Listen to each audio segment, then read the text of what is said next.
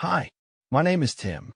I'm 39 years old, and I live in the mountains of Colorado. And if you're here, listening to this first story, thank you. It means more than you think.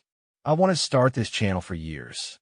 Years of thinking, planning, doubting, erasing, rewriting, hesitating.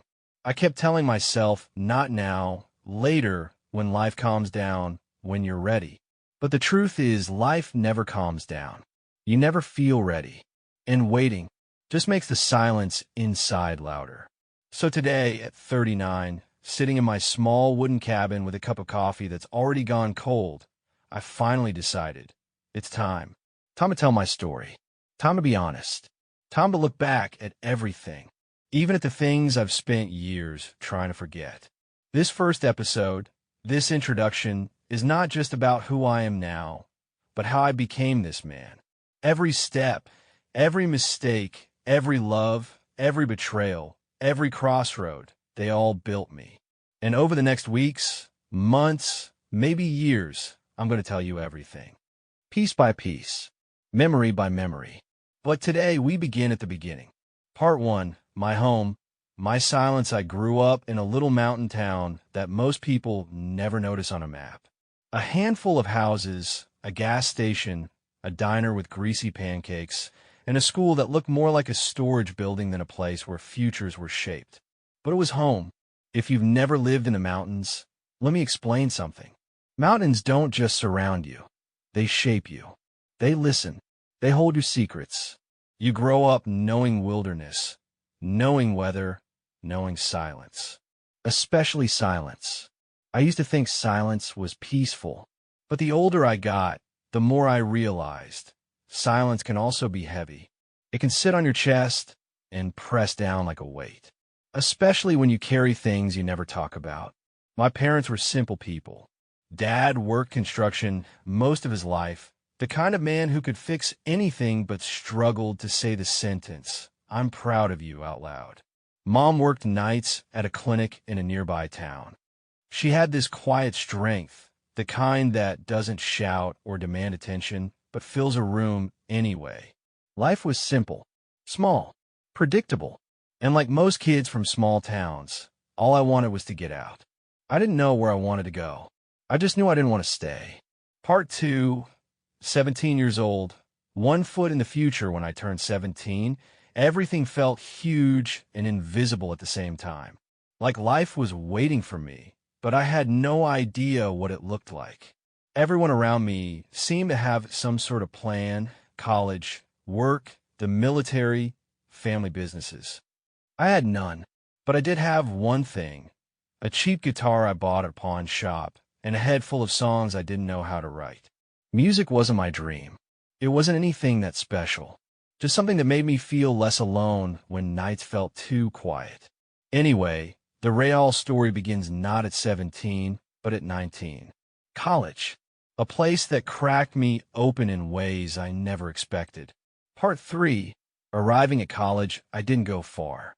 Just a couple hours south, to a state university with mismatched dorm buildings and a campus that looked bigger to me than New York City. I was shy, awkward, the kind of guy who didn't know what to do with his hands when walking into a room of strangers. Maybe that's why I remember those first days so clearly. Everything felt like a test I hadn't studied for. And then there was my roommate, Ethan, the exact opposite of me. Loud, funny, charismatic, could make 10 friends in the time it took me to say hi. He wore flip-flops in winter, blasted music at 8 a.m., ignored every rule ever written, and somehow the universe decided we should share 8 square meters for a year. I hated him at first. He was messy. I was organized. He stayed up till 3. I liked sleep. He talked to everyone. I avoided crowds. He flirted without trying. I didn't know how to look a girl in the face without my voice cracking. But he also dragged me out of my shell, piece by piece, without ever making it obvious. And the single biggest thing he did, though he'd never know it, was introduce me to her. Anna. Part 4. Anna, I met her on a Wednesday. Funny how I remember that. I don't remember tuition deadlines or half the names of my professors, or even what I studied during finals. But I remember her. She was standing outside one of the lecture halls, holding a notebook full of doodles instead of notes. I know this because I accidentally bumped into her and made her drop it. When I bent down to pick it up, the first thing I saw wasn't a class outline. It was a half-finished sketch of a mountain range. My mountain range. My hometown. I remember saying something stupid like, "Oh, I live there," which made absolutely no sense because who lives in a sketch? But she laughed. God, her laugh. Light, warm, the kind that makes you forget your own name for a second. "That's funny," she said. "I haven't shown this drawing to anyone yet." And for the first time in my life, I understood the phrase, "some moments stay with you." We weren't dating. We weren't even close yet. But something in her eyes felt familiar, like I'd met her years ago in another life. I didn't know then how much she'd shape me, how deeply she'd impact everything that followed, how much of my future would be tied to that one moment, me dropping her notebook on the floor. But I'm getting ahead of myself. Part 5. The friendship college friendships form in strange ways. Sometimes instantly, sometimes slowly, like something growing under the surface. With Anna, it was both. We saw each other everywhere after that. The library, the cafeteria, the courtyard, the stupid student union building with terrible fluorescent lighting. It felt like fate was trying to push us together. But we were both shy in very similar ways, so instead of flirting, we just talked. For hours. About mountains. About our childhoods. About why silence is sometimes easier than conversation. About art and music and people we wished we could be. She was studying graphic design. I was studying, well, at that time, nothing. I kept switching majors like I was trying on clothes that didn't fit. She said, "You're not lost. You're wandering." I didn't know the difference back then. Now I do. We spent months like that, walking around campus, drinking cheap coffee, pretending we weren't falling for each other. Did I know I loved her? Not yet. Did people around us know? Probably. But we didn't rush. We didn't force anything. We just existed together. Until the night, everything changed. Part 6. The night at the rooftop. Every college campus has a rooftop that students aren't allowed to access. Which means, of course, everyone accesses it. Ours was on top of the old arts building, a flat rooftop with a rusty metal railing and a view that made the whole campus look small. Ethan was the one who took me up there the first time, but Anna was the one I went there with the most.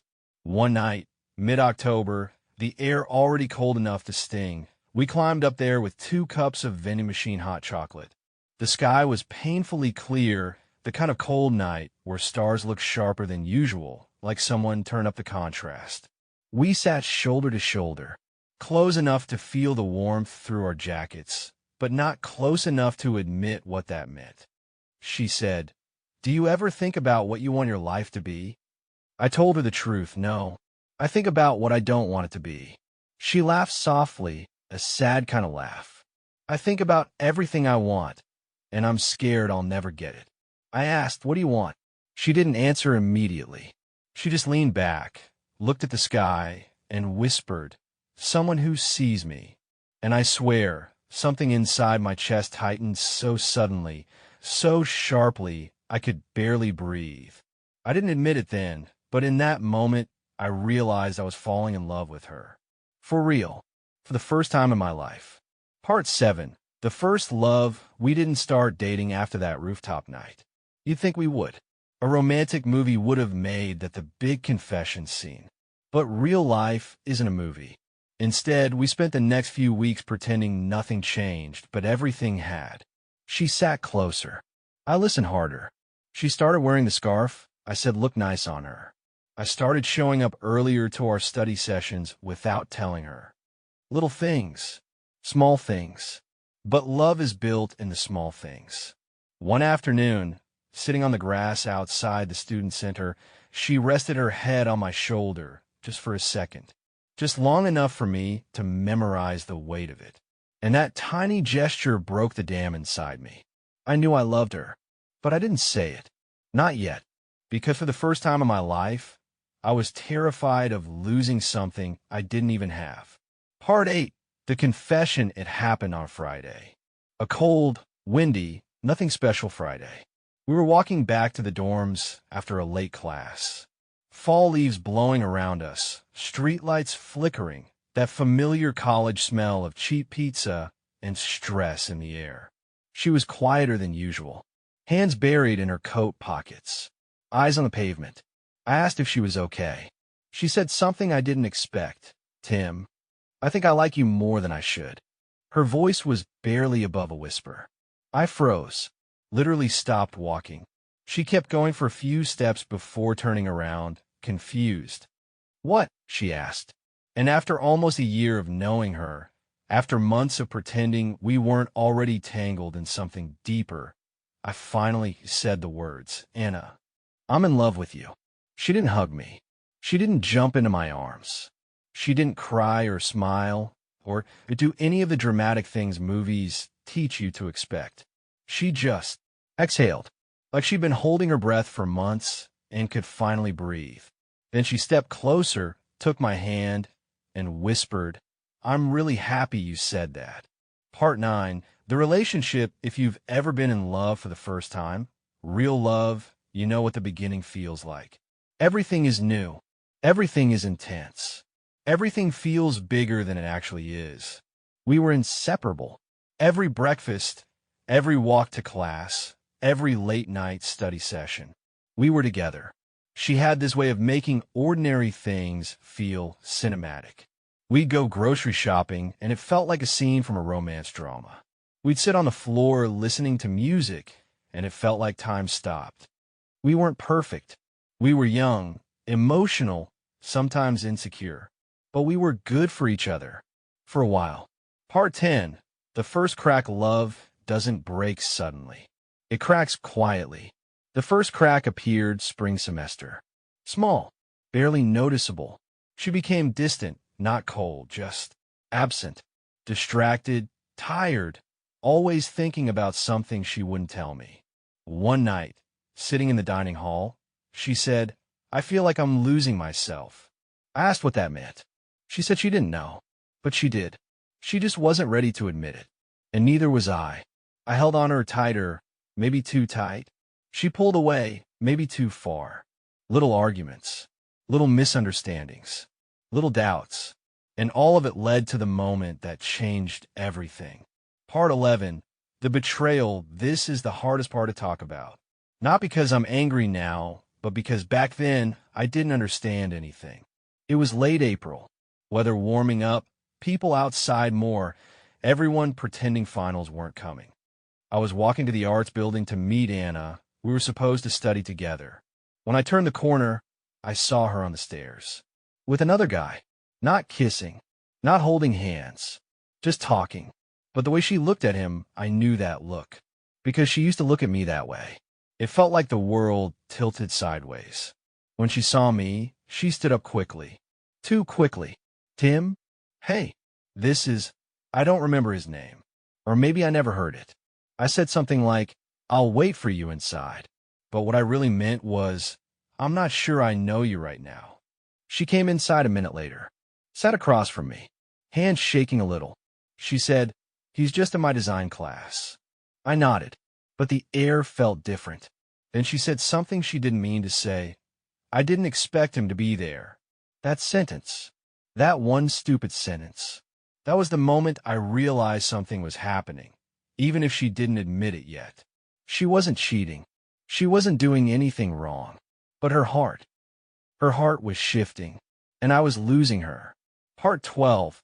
The end of US. It didn't end that day. It didn't even end that week. It ended slowly, softly, quietly, like a candle flickering lower and lower until it's just a ghost of light. One night, sitting on the same rooftop where everything began, she said, Tim, I think I need time.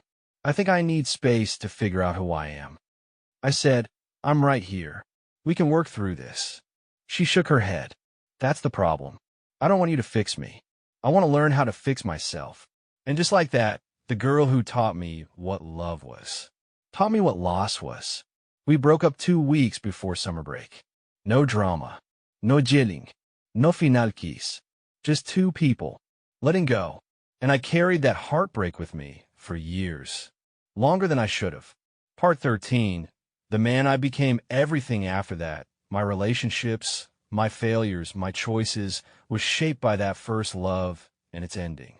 Anna was the beginning of my heart and the beginning of my pain, but she was also the beginning of my understanding. That love doesn't always last, but it always teaches you something, even when it breaks you, especially then. Part 14, why I'm here now. I'm 39 now, not 19, not that nervous kid on a rooftop, terrified to say I love you out loud. I've lived a long life since then, relationships, heartbreaks, mistakes, moments of joy, moments of regret, nights I'd do anything to relive, nights I'd give anything to forget. And I want to tell all of it, piece by piece, truthfully, because somewhere out there, someone needs to hear this. Someone who's in their first heartbreak. Someone who thinks they ruined everything. Someone who feels stuck or lost or alone. If that's you, I get it. And maybe, as I tell my stories, you'll find pieces of yourself in them. Part 15, the end of episode 1. This was just the beginning. The introduction, the setting of the stage. In the next episode, story number 2, I'll take you deeper into the relationship with Anna, how it shaped my adult life, how it affected my next love, and the betrayal that came years later, how one choice in college echoed across decades. But for now, thank you for listening, for being here, for letting me start something I should have started years ago. My name is Tim. This is my story, and we're just getting started.